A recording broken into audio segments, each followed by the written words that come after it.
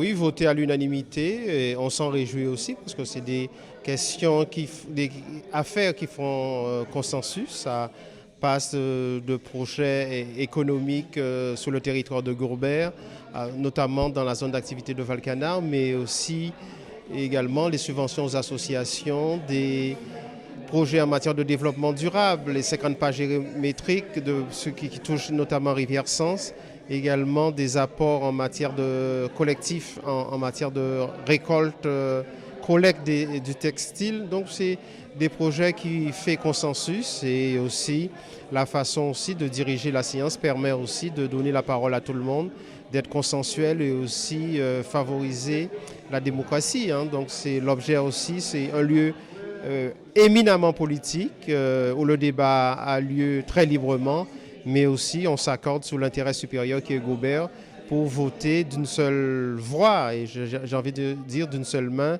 sur les projets qui concernent Gourbert. Donc il y a également Traditour, il y a également la fête de la mer, donc des activités autour de l'espace de Rivière-Sens, c'est réconcilier les Guadeloupéens avec la mer. Et aussi, c'est un aspect sportif, mais également culturel et notamment économique, valoriser les métiers de la mer. Donc, c'est dans ce sens qu'on porte des projets qui portent aussi l'adhésion de chacun de nous, les élus, mais aussi les citoyens de Gourbert. Donc, on s'en réjouit de ce climat de travail collectif qu'on ne connaissait pas, mais qui donne aussi, qui traduit aussi la nouvelle dynamique qui est installée à Gourbert, travailler pour une seule personne, pour Gourbert, que Gourbert soit attractif et que les gens puissent investir sur notre territoire. Il ne s'agit pas pour nous de ne pas voter les points quand ils sont dans l'intérêt de la commune et dans l'intérêt de la population. Donc aujourd'hui, nous remarquons l'arrivée de nouveaux porteurs de projets sur le territoire. Donc comment s'opposer à cela, puisque nous sommes aussi pour le développement du territoire de Gourbert. Donc il n'y avait pas de point particulier. Nous avons émis quelques réserves sur le montant des dotations qui seront versées aux associations, puisque l'enveloppe globale étant de 153 000, lorsqu'on enlève les dotations obligatoires pour l'OGEC, bon, c'est une nouvelle pratique de la collectivité de ne pas adresser une subvention, de ne pas définir un montant, mais de plutôt faire appel à projets pour que les associations puissent faire leur demande de subvention. C'est une nouvelle façon de voir.